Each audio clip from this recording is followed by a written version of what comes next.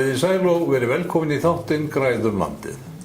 Í nokkuð langan tíma hef ég fylgst með skrifum ungs blaðamanns sem heitir Kjartan Hreinn Njálsson og gegnir nú stöðu aðstoðarritstjóra Fréttablaðsins. Kjartan hefur skrifað athyglisverða leiðara meðal annars umhverfismál og áhugi hans á þeim málaflokki er mikill og einlægur. Ég ræði við Kjartan hér á eftir.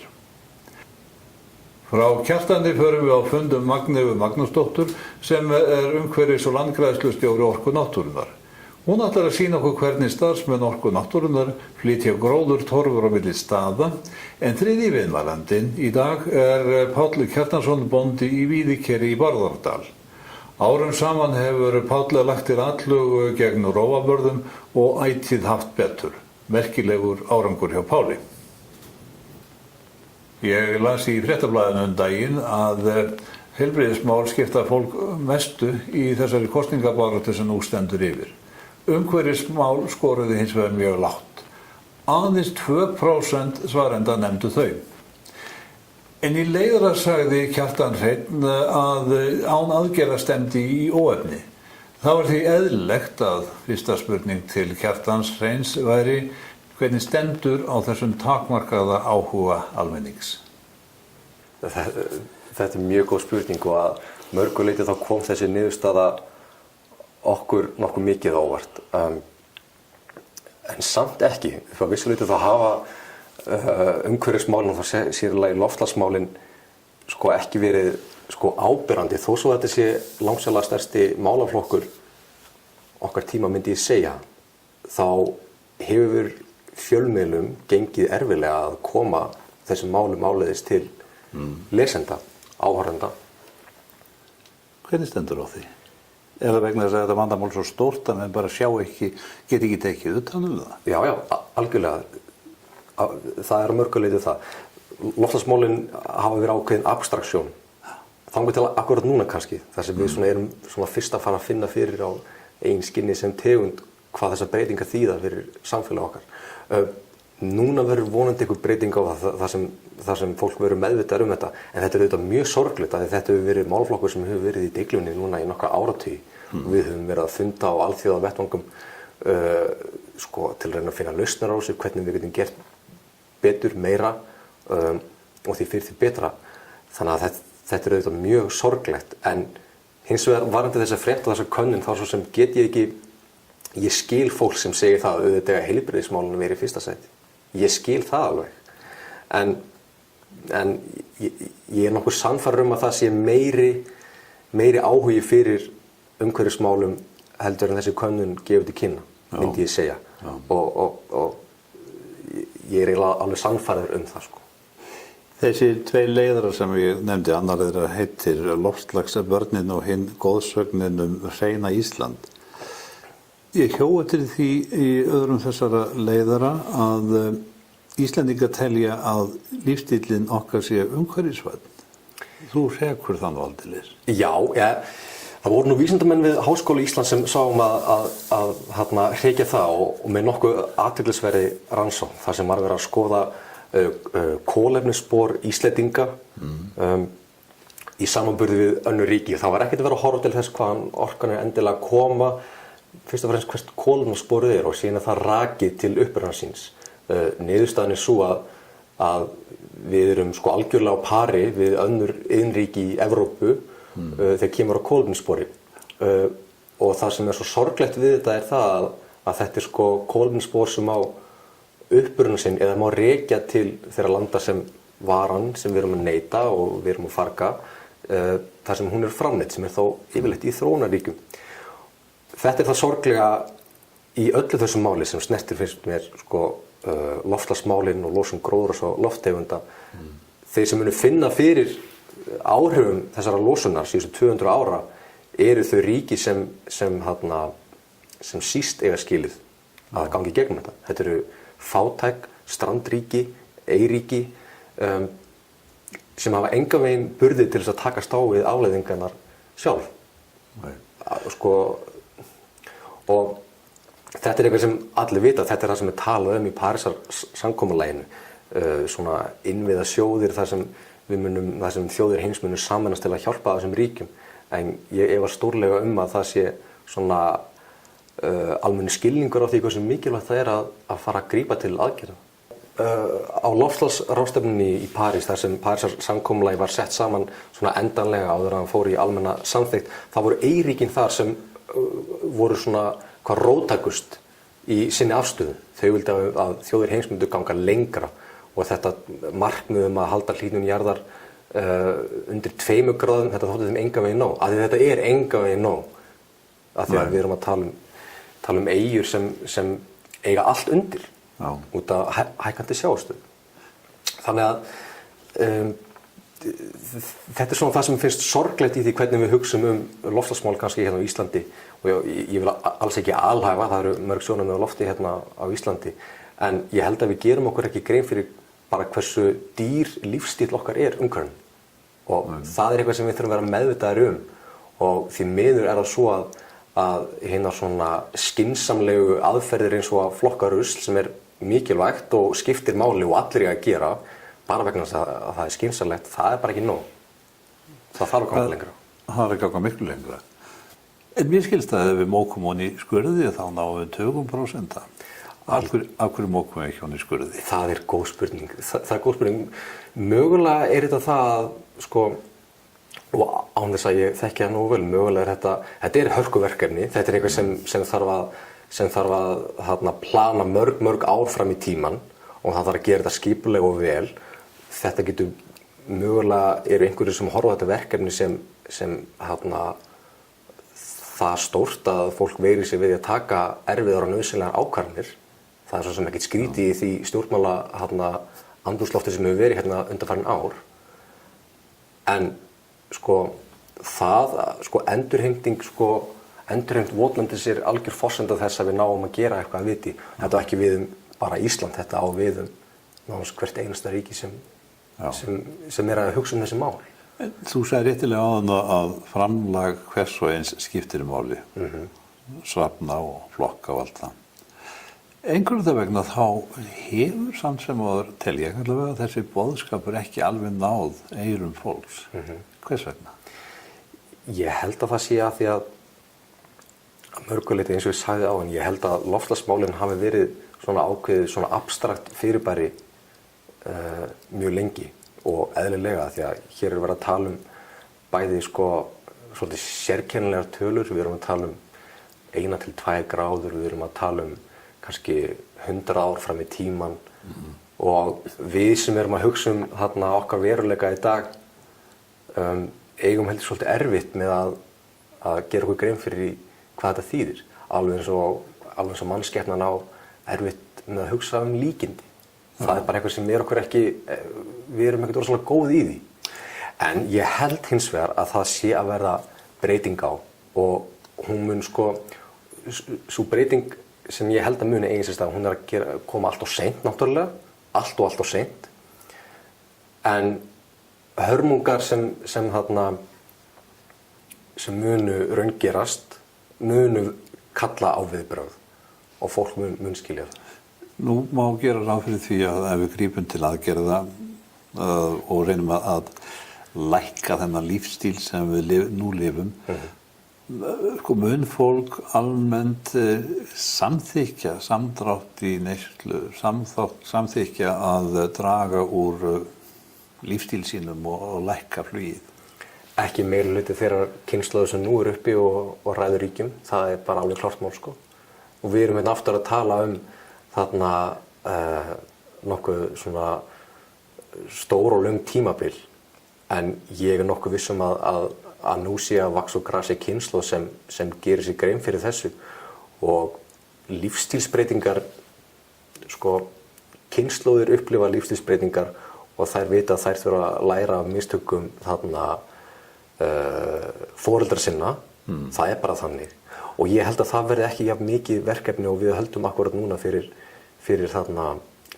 börnin okkar og barnabörn að læra. Og það er líka því að, og núna tala ég bara út frá minni eigin reynslu, ég á 4 ára gamla stelpu og reyndar annað á leiðinni. Ég mun gera það að ég mun tala við hana umhverfismál og ég mun fá hana til þess að skilja hversu mikilvægt þetta er.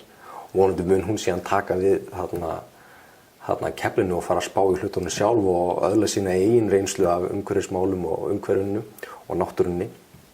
En með því að fræða börnun okkar þessi mál þá náum við breytingunum fram. Það augljóst. Og ég ekkert viss að sú fræðsla hafi átt sér stað í sögunum fyrir kannski akkurat núna þar sem við erum farin að tala þessi mál.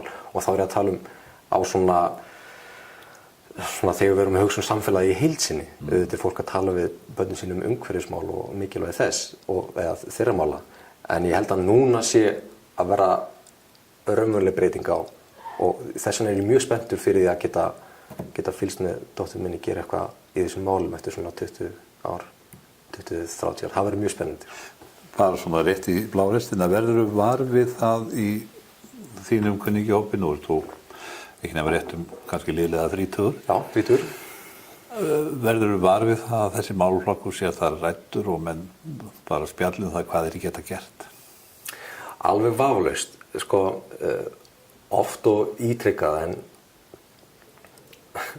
þetta ofta rætt í hálfkæringi af því að ég, sko, við erum núna fyrir eftir að alhæfa tegundin okkar sem ég vil ekki gera en við eigum það til að horfa á umhverfi okkar og ástand eins og það akkurat núna og telja það sé bara eins og það hafi alltaf verið og eins og það mun alltaf vera og þannig að kannski þessi raunverulega hætta sem af loftslagsbreytingum fjarlæg einfaldlega vegna þess að við erum bara ekkert rosalega góðið því að horfa á stóru myndina. Nei. Og ég finn alveg fyrir því að í mínum vinahópi sko þegar við setjumst niður á barnum í lókviku þá ekki umhverfismálum rædd sko. Nei. Það vita allir hvað felst í þessum breytingum en það sem þarf að gerast að við verum óhrædd við að horfast í augu við þessar áskoranir. Já. Og það erfitt að tala þessi mál því að þau eru svo stór og mikil og munu hafa svo mikil áhrif á börnin okkar. Þannig að það fullkomlega eðlilegt að það sé erfitt að ræða þetta. En vonandi gerum við meira því í framtíðin og við munum því miður neyðast til þess að gera það einfaldlega vegna þess að veðrakerfi plánetunnar að breytast. Já. Og það mun hafa meiri áttar áhrif á samfélag okkar. Næst ætlar Magnea Magnúsdóttir, umhverfis- og landgræðslustjóri Orku náttúrunnar, að segja okkur frá flutningi á gróðurtorfum en hjá ON það fast verklag í öllum framkvæmdum að halda til haga gróðurtorfum og nýta þær til að endurheimta náttúrulega gróðurþekju á röskuðum svæðum.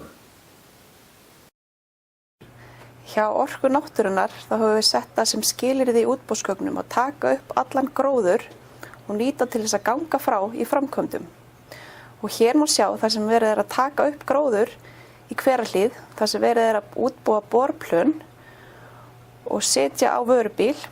Svo keyrum við þetta á annað svæði, það sem verið að ganga frá eftir framkvæmdir á röskuðu svæði. Þarna er verið að ganga frá á borsvæði og þarna kemur trukkurinn með þennan dýrmæta farm af gróðurtorfunum sem við ætlum að setja þarna í svæðið. Við sjáum að hann að keyra þarna meðfram gróðurtorfusvæðið þar sem búið að leggja út.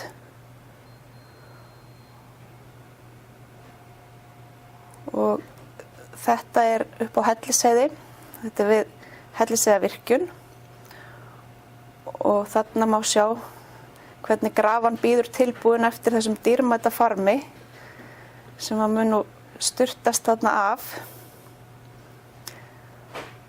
Og þetta algjört gull og það mikilvægt að þegar verið að flytja svona efni að þetta sé sett bara í svona þunnu lagi ofan á vörubílspallin, þetta sé ekki á þykkt þannig að gróðurtorfurnar haldist sem heillegastar og það sé ekki mikið af mold eða öðru efni með, þetta sé bara gróðurinn og þarna sjáum við hvernig þessu sturtað af pallinum. Og það ágætt að keyra kannski bílinn aðeins áfram á meðan verið að sturta, sérstaklega ef það á að geyma hauginn eitthvað. En þessar torfur þetta torfur úr mólendi og þarna við að reyna að endurheimta aftur mólendi. Þannig að það er mikilvægt að vera með svipaðan gróður þar sem og maður ætlar að endurheimta. Þannig að ef maður ætlar að endurheimta mosaþembu að vera þá með mosa og mólindi ef það er mólendi. Og einnig skiptir miklu máli að þeir sem er að vinna verkið, þeir vandi vel til verksins og taki gróðurtorfurnar upp og snúi þeim þannig að gróðurinn vísi upp.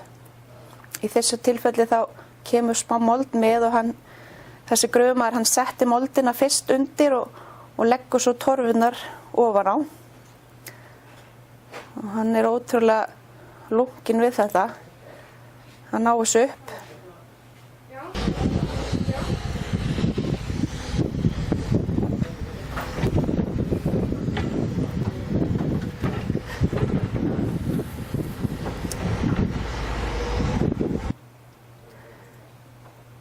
Og í þessum gróðri, þessum gróðurtorfum eru grastegundir og lyng og smárunnar eins og krækiber og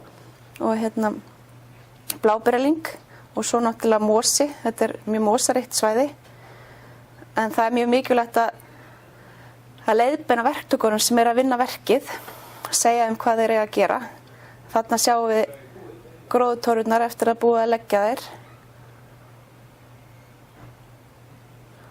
Og þarna þá rakst ég á krækiberalyng og það var meira svo heillegt eftir flutningin að það var þetta að borða krækiberin. Þau voru með þess að bara hrein og fín.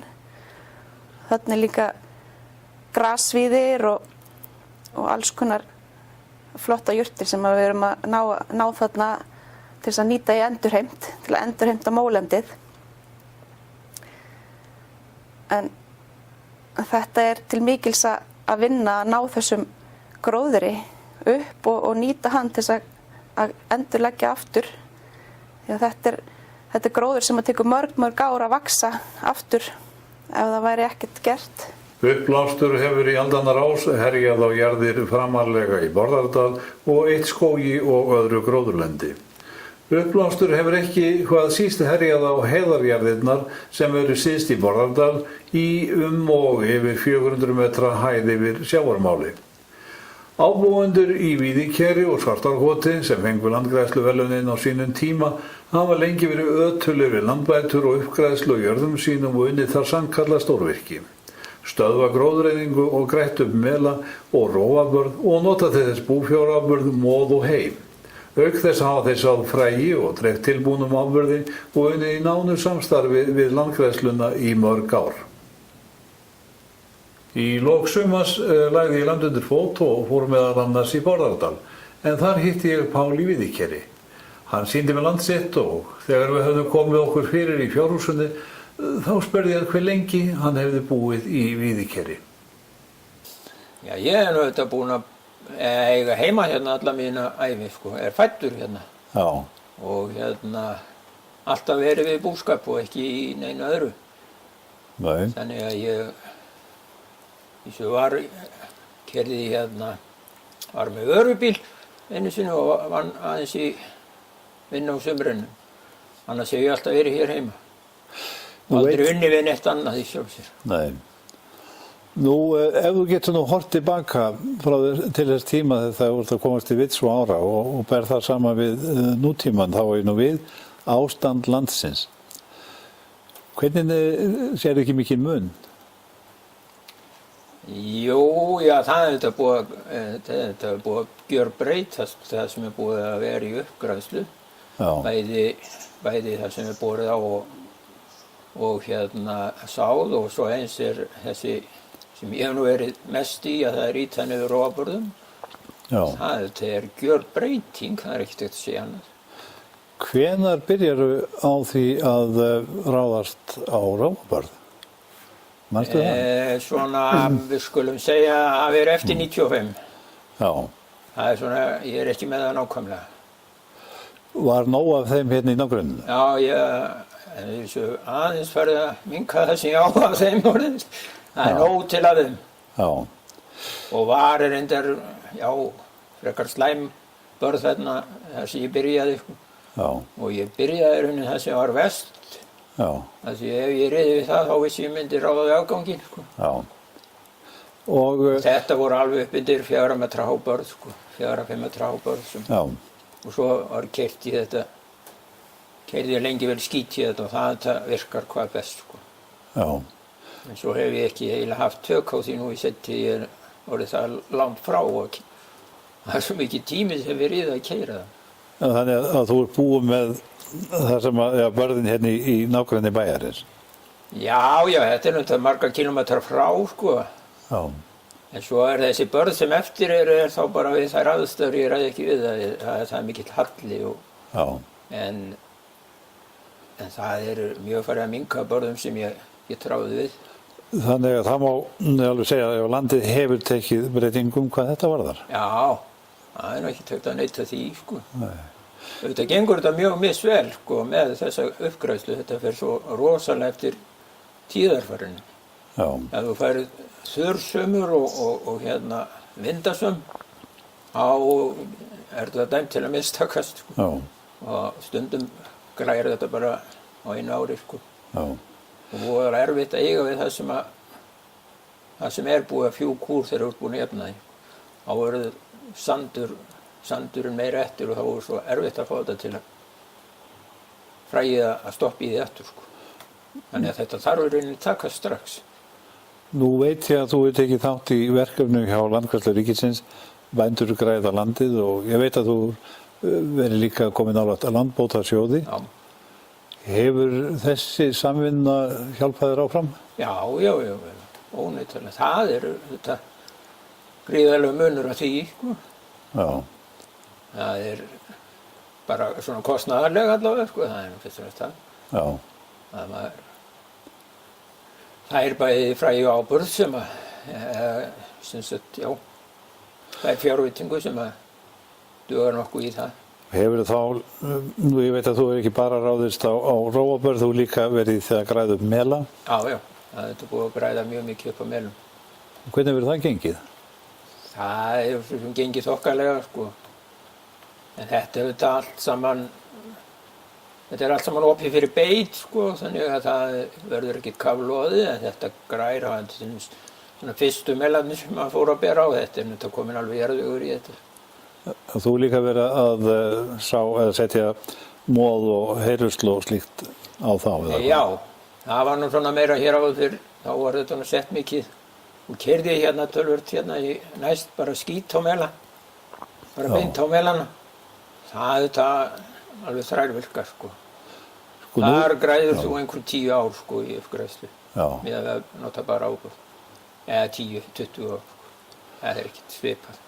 Sko nú vitum við að það er ekkert langt síðan að bændur fengu tæki og tól sem að dugar þeim til þess að standa í verkum með þessu tægi. Það er ekki kannski 40-50 ár síðan að traktora fór að koma fram sem að hægt er að nota í svona lagað. Já.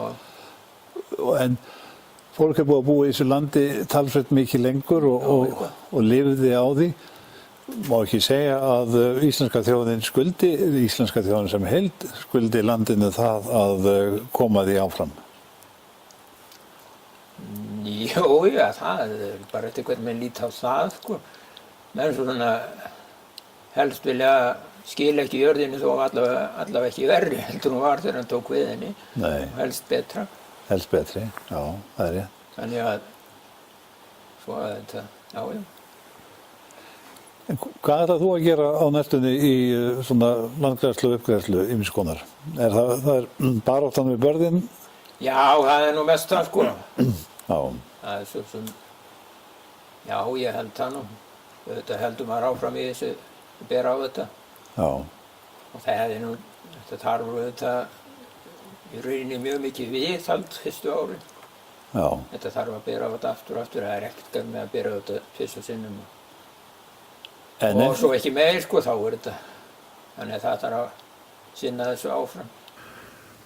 Ágætu áhorfendur, þakka ykkur fyrir að horfa á þáttinn. Ég kem aftur að viku liðinni og þá með nýtt efni, en þangað til góðar stundir.